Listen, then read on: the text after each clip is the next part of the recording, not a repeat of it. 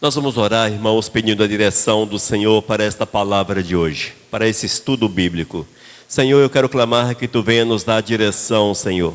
Venha falar aos nossos corações para que nós possamos entender a seriedade da Tua palavra e nos adequarmos à Tua vontade, Senhor. Para que todos os nossos atos, nossas ações estejam segundo o Teu querer. Que vivamos sabiamente sobre a face da terra, observando a Tua vontade. Senhor, ensina-nos em nome de Jesus. Amém. Amém, queridos irmãos. Hoje eu quero abordar sobre a palavra de Deus. Quero fazer um apanhado geral sobre a palavra do Senhor. Quando nós olhamos para a Bíblia, é interessante, mas esse livro, irmãos, é um milagre. Esse livro você pode vê-lo como um milagre. É um milagre vivo.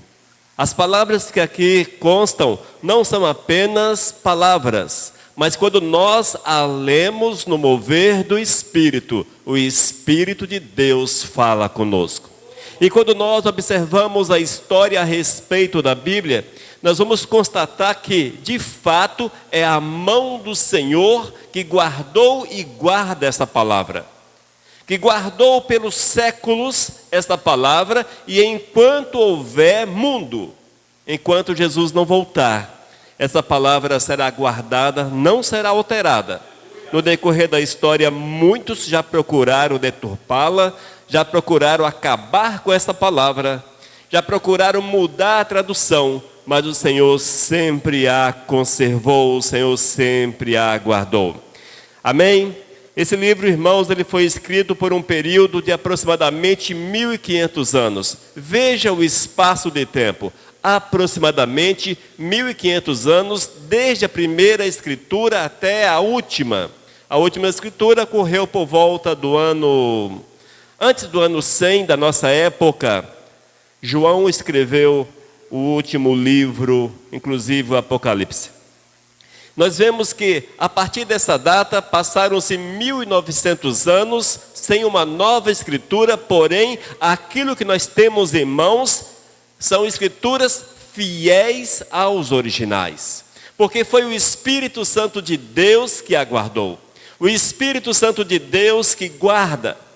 Esse livro, como vocês sabem, ele foi escrito por aproximadamente 40 autores das mais diversas classes sociais. Pessoas simples do campo a reis, discípulos, enfim, pessoas que tinham seus corações cheios do Espírito Santo do Senhor, que deixaram-se usar pelo Espírito Santo.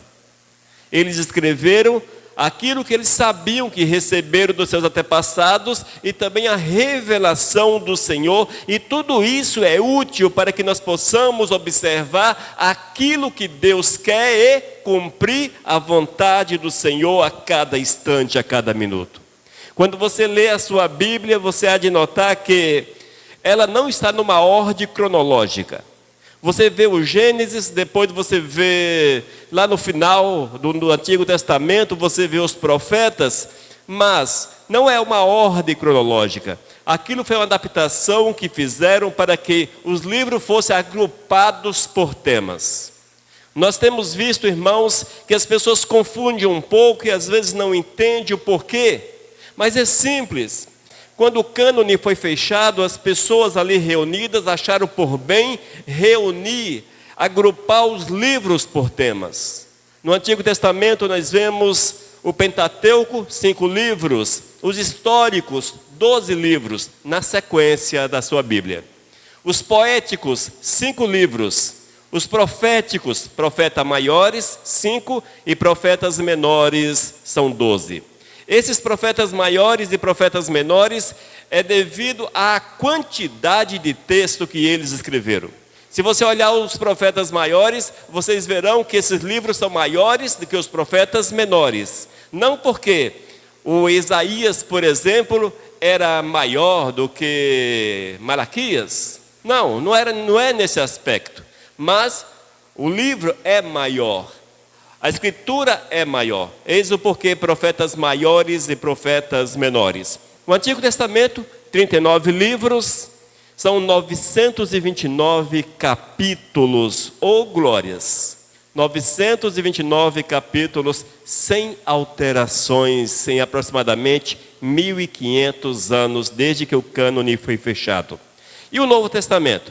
Nós vemos que também é agrupado por temas. 4 livros formam os evangelhos. Depois vem o livro histórico, o livro de Atos, ainda as cartas paulinas e cartas gerais, e por fim, a revelação, o livro de Apocalipse. O Novo Testamento são 27 livros, 260 capítulos. A nossa Bíblia possui 66 livros, 1.189 capítulos. Eis o desafio do crente: ler 1.189 capítulos. É preciso ler. Se você não ler a palavra de Deus, você não terá um conhecimento verdadeiro do Senhor, nem tampouco da obra de Deus no meio da humanidade, desde os primórdios até os nossos dias. É preciso que haja um conhecer, que haja um mergulhar, irmãos, para que nós possamos ter uma ideia, possamos ter um conhecimento real daquilo que Deus quer para a nossa vida. Eis do porquê que nós sempre repetimos aqui: leia a Bíblia. Se você não ler a palavra, você está suscetível a toda sorte de enganos, a toda sorte de heresias, porque alguém pode chegar para você e fazer determinada afirmativa. Como você não conhece a Bíblia, como você pode contrapor, como você pode não concordar? Eis o porquê que nós precisamos conhecer a palavra de Deus. É preciso conhecer a palavra de Deus. Crente que não conhece a palavra do Senhor, ele é um crente meio capenga. Amém? Capenga é aquele cara que anda meio torto assim, ó. Sei lá, desse jeito aí. Você não pode andar dessa forma. Você não pode ser um deficiente físico, espiritualmente falando e biblicamente falando. Mas para que nós possamos entender um pouco mais como foi que a Bíblia chegou às nossas mãos. As últimas escrituras foram antes do ano 100 da nossa época. Antes do ano 100.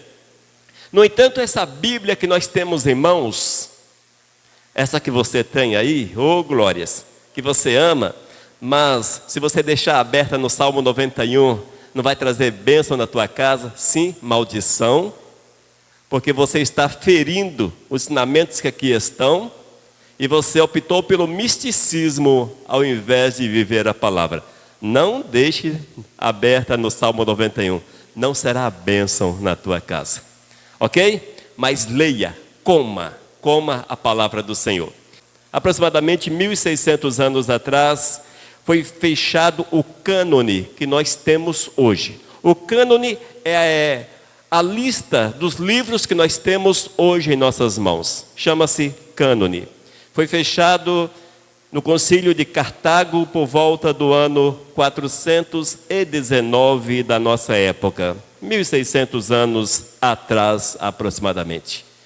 Desde o ano 400 até a nossa época, a Bíblia continua a mesma. 1.600 anos, sem alterações. No entanto, nesse período, 16 séculos aproximadamente, tentaram acabar, destruir, muitos morreram. Olha só, irmãos, muitos morreram, porque conseguiram uma cópia da Bíblia. Foram perseguidos, trucidados pela religião da época. Era proibido ter uma versão da Bíblia, que vale ressaltar que só as pessoas de muitas posses tinham condições de adquirir. Já vista que a Bíblia era manuscrita, não era gráfica. A gráfica veio em 1500 com Gutenberg, e o primeiro livro impresso foi a Bíblia, inclusive. Primeiro livro impresso, no ano 1500 e alguma coisa, por Gutenberg, o inventor da gráfica, foi a Bíblia. E a partir dessa data, a palavra de Deus tornou-se mais comum e as pessoas conseguiam adquirir, porque era impressa em massa, milhares de cópias. Ficava fácil adquirir. Até então, irmãos, veja como aqueles que foram fiéis ao Senhor passaram por momentos difíceis. Só mesmo o Espírito Santo de Deus para guardá-los. Eu quero ainda mostrar para vocês um gráfico a respeito da realidade da Bíblia em pleno século 21. Deixe-me projetar um gráfico para vocês. A Bíblia completa em 733 línguas. Hoje nós temos a Bíblia como nós a temos aqui, com os 66 livros, totalmente completa, em 733 línguas. Apenas o Novo Testamento, 1.622 línguas. Porções, como eu disse antes, o Evangelho de João, outros evangelhos, Salmos, 1.255 línguas. Sem escrituras, veja, irmãos, ainda existe quase 4.000 línguas que não tem nenhuma parte da Bíblia traduzida. Total de idiomas, estima-se 7.386 idiomas na face da terra. Quase 7.400 idiomas. Então esse é um panorama da nossa realidade hoje. 733 idiomas possui a Bíblia completa na sua língua. Que bênção, né, gente? Mas ainda existem pessoas, muitas pessoas, que não possuem a palavra do Senhor, que ainda carecem de traduções. Essa é a realidade, amados. Esse gráfico é da United Bible Societies. Panorama da tradução da Bíblia, 1º de janeiro de 2023, portanto, extremamente recente. Na primeira imagem, quantas pessoas têm as escrituras em sua língua? 6 bilhões aproximadamente. 6 bilhões de pessoas possuem a Bíblia em sua língua. Outros 786 milhões apenas o Novo Testamento. 457 milhões porções da Bíblia, tipo Salmos, o Evangelho de João, enfim, porções da palavra de Deus. E sem escrituras, ainda existem no mundo 201 milhões de pessoas sem nenhum tipo de escritura, sem nenhum tipo de Bíblia ou da palavra do Senhor nas suas mãos. Total de usuários de idiomas, 7 bilhões e 400 milhões. No segundo gráfico, quantas línguas têm as escrituras? Isso é para vocês entenderem quanto o mundo necessita de oração. É para vocês entenderem, irmãos, que Jesus é um total desconhecido em grande parte do mundo. Uma das coisas que muito me impactou, já contei isto aqui e vou repetir, foi quando nós estivemos na Índia, em que o piloto do tuk-tuk não sabia quem era Jesus. Não tinha a menor ideia de quem era Jesus.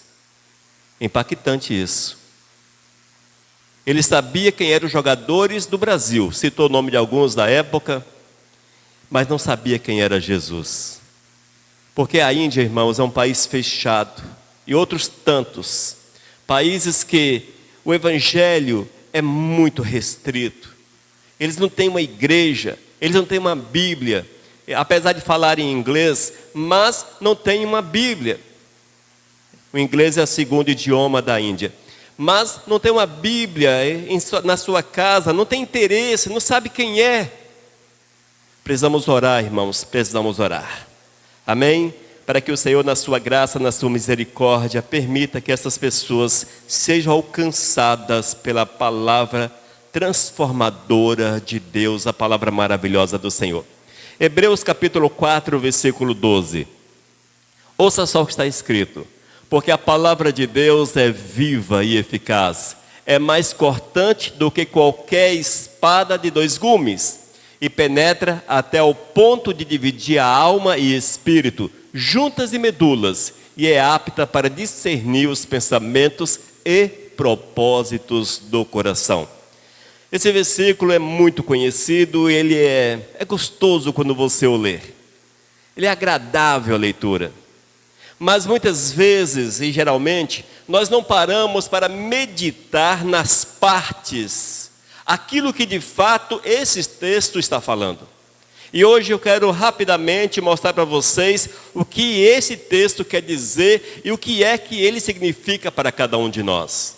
Eu quero ainda lê-lo na versão Nova Tradução na linguagem de hoje. A anterior foi na Almeida Revista Atualizada. Na linguagem de hoje ele diz: pois a mensagem de Deus é viva e poderosa. Está até projetado aqui.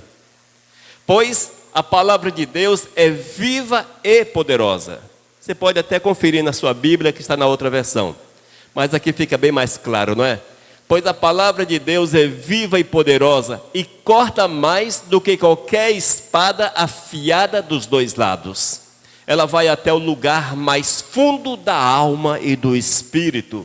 Vai até o íntimo das pessoas e julga os desejos e pensamentos do coração delas. Amém?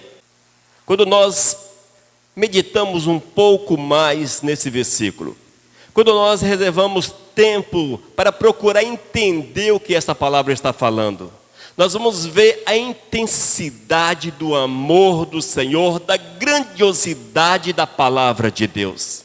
A grandiosidade da palavra do Senhor se manifesta de muitas formas e uma delas é a preservação, preservada desde muito tempo. O Senhor tem preservado a sua palavra e isto com certeza é um milagre. Mas é preciso entender, irmãos, que a palavra de Deus não é apenas um livro cheio de letrinhas e sem figuras. E às vezes as pessoas acham enfadonho ler a palavra, cansativo ler a palavra, pelo fato de não ter figurinhas, apenas letras. Mas é isto que o Senhor quer que você entenda, que são letras, sim, são palavras, sim, mas são vivas. E essa é uma visão diferente que nós precisamos ter em relação à palavra do Senhor. Mais uma vez, amados, desmistificando, não é um livro mágico. Não é um livro mágico. Se eu jogar aqui para cima, esse livro não vai sair voando. Se eu jogá-lo na água, vai dissolver. Se eu colocar fogo, vai queimar com dificuldade, porque são muitas páginas e grosso. Mas não é o fato de ser a Bíblia que vai evitar que ele seja queimado. Não é isto. Mas quando você abre esse livro e quando você medita na palavra, ela vem à existência porque a palavra do Senhor é a revelação de Deus para as nossas almas. E é isso que nós precisamos entender, irmãos. E é a necessidade de meditarmos na palavra é premente, porque ela nos revela quem é Deus e o que Deus quer de cada um de nós. E esse texto de Hebreus capítulo 4, versículo 12, é um retrato da profundidade, da realidade da Bíblia para as nossas vidas. E eu dividi esse versículo em 4 partes, e a primeira: e a palavra de Deus é viva e eficiente, ou viva e eficaz. Mas por que ela é viva e eficaz? Como eu disse antes, irmãos, não é apenas um texto antigo, mas ela está viva, é ativa. A verdade da palavra é uma realidade para os nossos dias. Eis o porquê que o autor de Hebreus disse: porque a palavra de Deus é viva e eficaz. A palavra do Senhor não perdeu a sua importância, não perdeu a sua relevância. A palavra de Deus, mesmo passando os séculos, ela continua importante e ela impacta de forma profunda a vida das pessoas, as nossas vidas.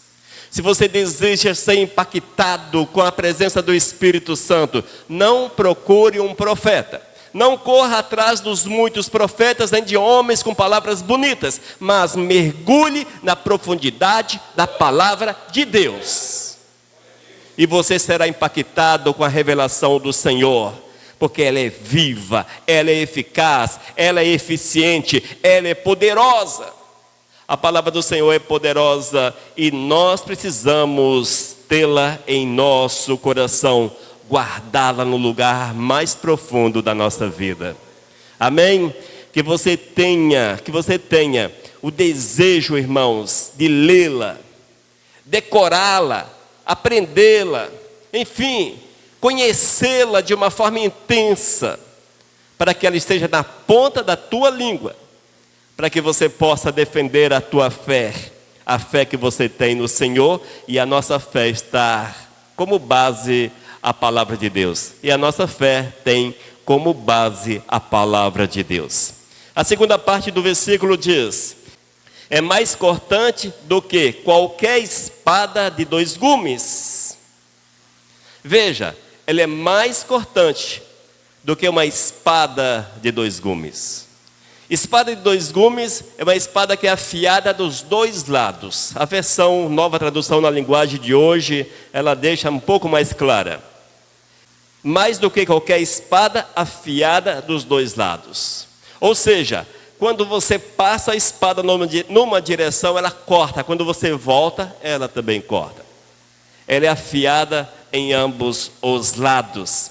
E essa é uma imagem, claro, é uma imagem que destaca a profundidade, a natureza penetrante e poderosa da palavra de Deus. Uma figura de linguagem, uma espada de 2 gumes, porque ela penetra no coração da pessoa.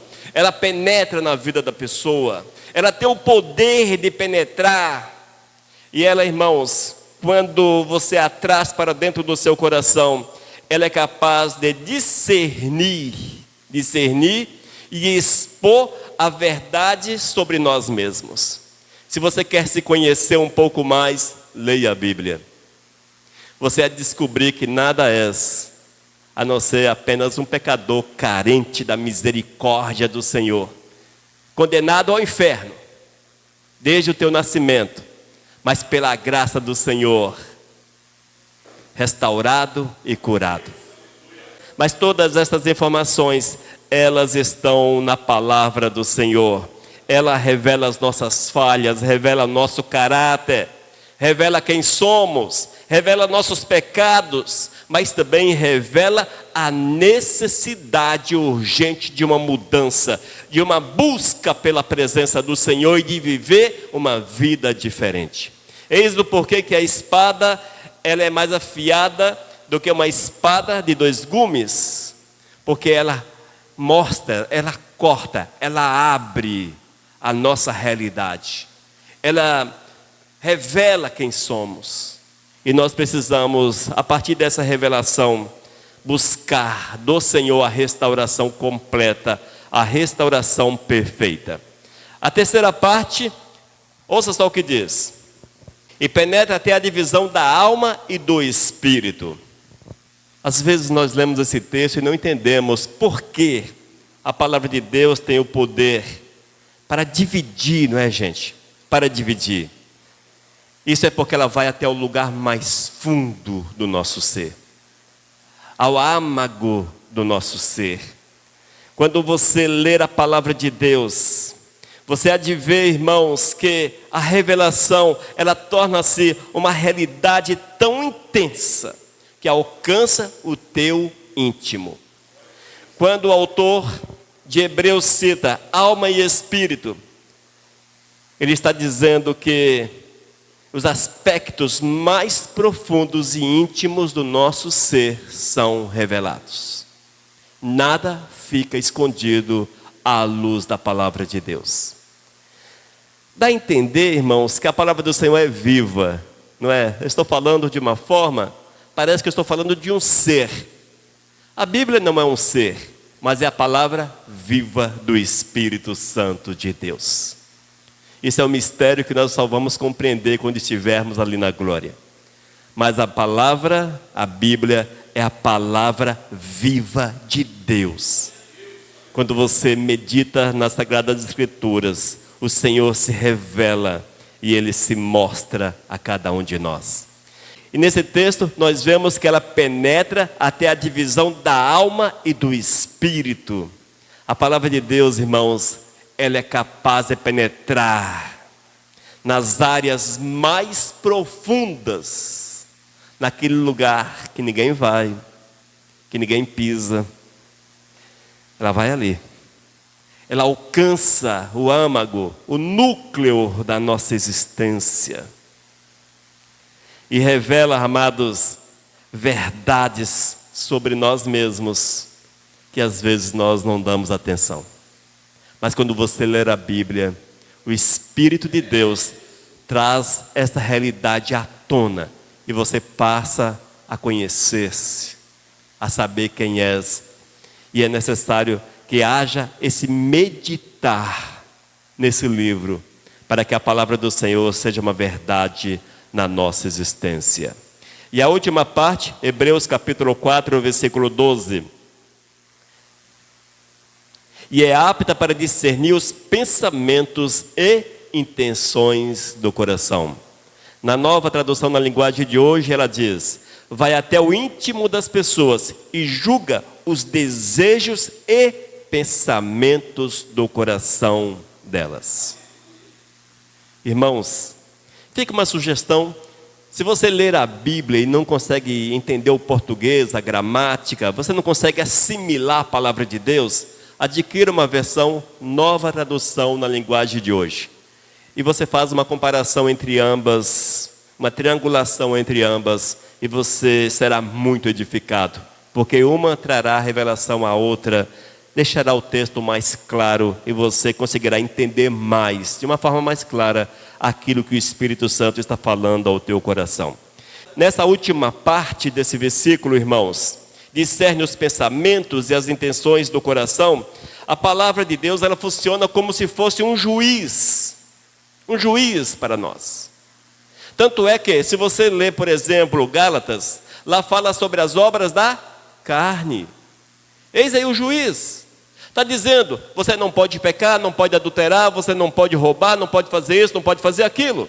E quando você lê a palavra de Deus, está nessas práticas, o juiz, a palavra viva, está falando para você: olha, o teu caminho é errado, o teu caminho é de perdição, o teu caminho é de condenação. Eis o porquê que ela funciona como um juiz. E ainda, ela tem o poder, irmãos, de expor os nossos pensamentos.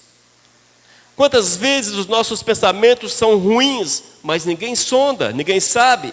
Mas quando você ler a palavra, você é tocado pelo Espírito Santo a entender que tu és morada do Espírito e que os teus pensamentos precisam ser segundo Deus. E os pensamentos maus não cabem na tua vida. Ainda, ela mostra as tuas motivações, porque você está sobre a face da terra, quais os teus objetivos, o que tu buscas. Tudo isso, irmãos, a palavra de Deus traz à tona, ela nos revela ainda as intenções do nosso coração, as intenções do coração humano. Será que o nosso coração tem boas intenções, é bem intencionado? Nosso coração é bom? Será que o nosso coração é legal? Será que o nosso coração está amarrado à vontade do Senhor? Ou tem asas e sai por aí voando? É preciso muito cuidado, irmãos, para trazermos o nosso coração cativo à presença do Senhor, para que assim, tudo quanto façamos, seja para a honra e para a glória do Eterno. A palavra do Senhor, ela nos confronta com a verdade, amados. Se você quer conhecer a verdade, você pode até não aceitá-la, mas ela traz a revelação a você. Eis o porquê que a Bíblia diz que surgiriam os falsos mestres e os falsos profetas, porque a palavra de Deus traz uma revelação e eles ensinam uma revelação contrária à palavra do Eterno, fazendo-os falsos. É onde é gerada a apostasia, o abandono aos princípios de Deus. E nesses últimos tempos é o que nós temos visto de uma forma tão grande, amados. E é assustador, porque se nós não conhecermos essa palavra viva, seremos presas fáceis do engano, da apostasia, porque a palavra que eles pregam é cativante, é legal, mas maior é a palavra de Deus. Nada supera a palavra do Senhor, nada supera. Queridos, quando nós mergulhamos nas Sagradas Escrituras, os nossos pensamentos são revelados, nossas intenções, aquilo que tem no nosso coração é revelado. Eis o momento para que haja o arrependimento, a confissão de pecado, para que haja uma mudança completa de vida, uma vida nova, uma vida segundo aquilo que Deus quer. E nós temos que entender, irmãos, não há como fugir, não há como fugir. Porque a palavra de Deus é viva. A palavra de Deus é viva, literalmente viva. É o mover do Espírito. E eficaz e mais cortante do que qualquer espada de dois gumes. E penetra até o ponto de dividir a alma e espírito, juntas e medulas, e é apta para discernir os pensamentos e intenções do coração. Irmãos, se surgir diante de você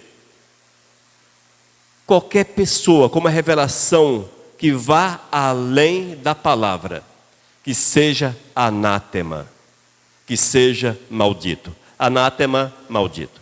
Que seja maldito. Se chegar a você alguém com uma revelação diferente, porque o profeta, porque o anjo, porque não sei quem, isso, aquilo, outro, e trazer uma revelação que confronta a palavra, que bate de frente com a palavra, que não está de acordo, alicerçado na palavra, que seja anátema. Dia desses eu estava vendo na internet um videozinho em que o sacerdote recebe a revelação de um anjo. A igreja que ele está à frente é dirigida pelo anjo. Estes, amados, são anátemas. Estes são malditos, são enganadores, estão sendo enganados pelo diabo. É preciso muito cuidado. E está na internet, veja como são as coisas.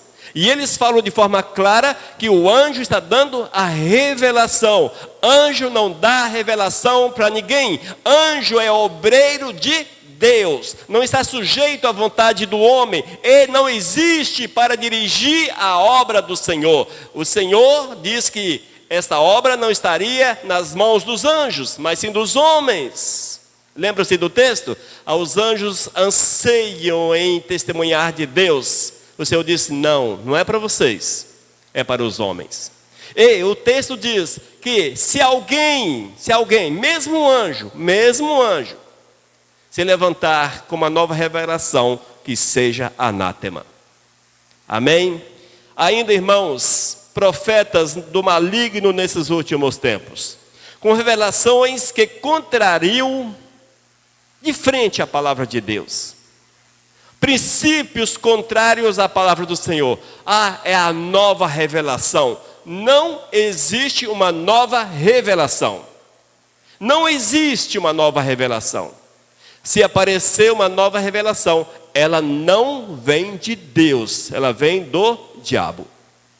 Fique atento a isto, irmãos. Fiquem atentos. Não existe uma nova revelação, apenas a revelação do Senhor. Gálatas capítulo 1, versículo 8. Mas ainda que nós, ou mesmo um anjo vindo do céu, vos pregue um evangelho que vá além do que vos temos pregado, seja anátema. Esse anátema, essa palavra significa maldito. Então veja, o Senhor fechou essa possibilidade, mas por incrível que pareça, hoje os anjos estão por aí dirigindo igrejas, dando revelações à igreja. Na versão nova tradução, na linguagem de hoje, o mesmo texto.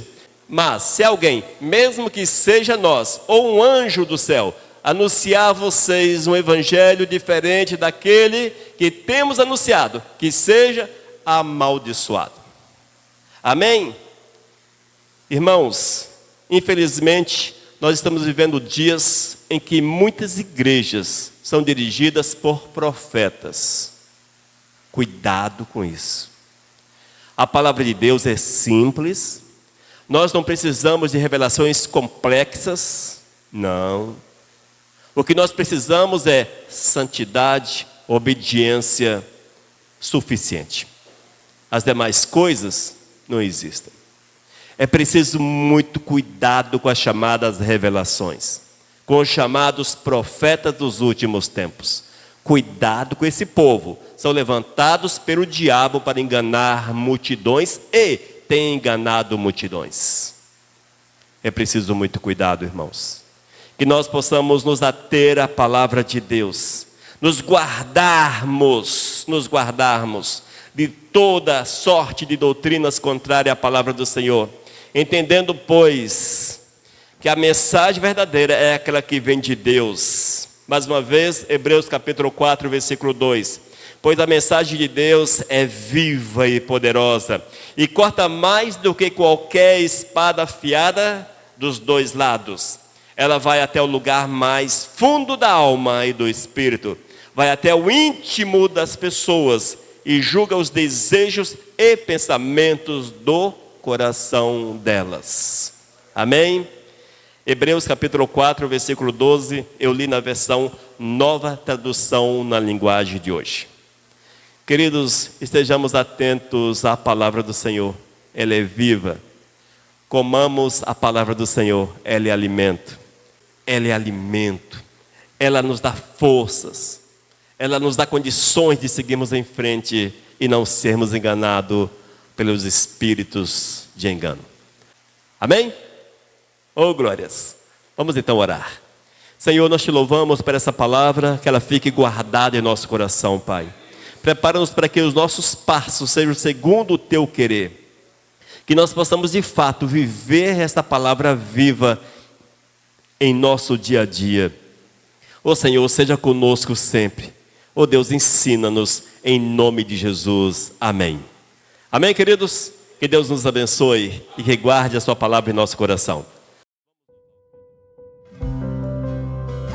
Mensagem 1282.